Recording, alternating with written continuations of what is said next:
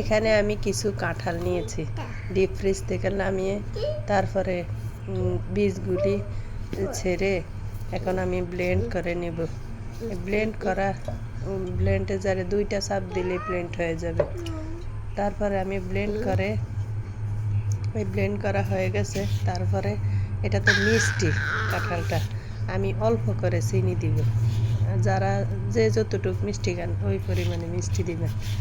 দিয়ে তারপরে আমি একটু লবণ দিলাম, 1 চিমটি স্বাদ মতো লবণটা দিয়ে আমি এটাকে তারপরে আটা দিয়ে অল্প অল্প করে আটা দিয়ে মাখবেন। বেশি দিলে একসাথে হয়তো আপনার ডোটা বেশি শক্ত হয়ে যাবে। এখানে বেশি শক্ত করব না, আমি খামিরটা তৈরি করে যেখানে আমরা তালের বড়া যেভাবে বানাই ওই রকম একটা ডো বানাবো।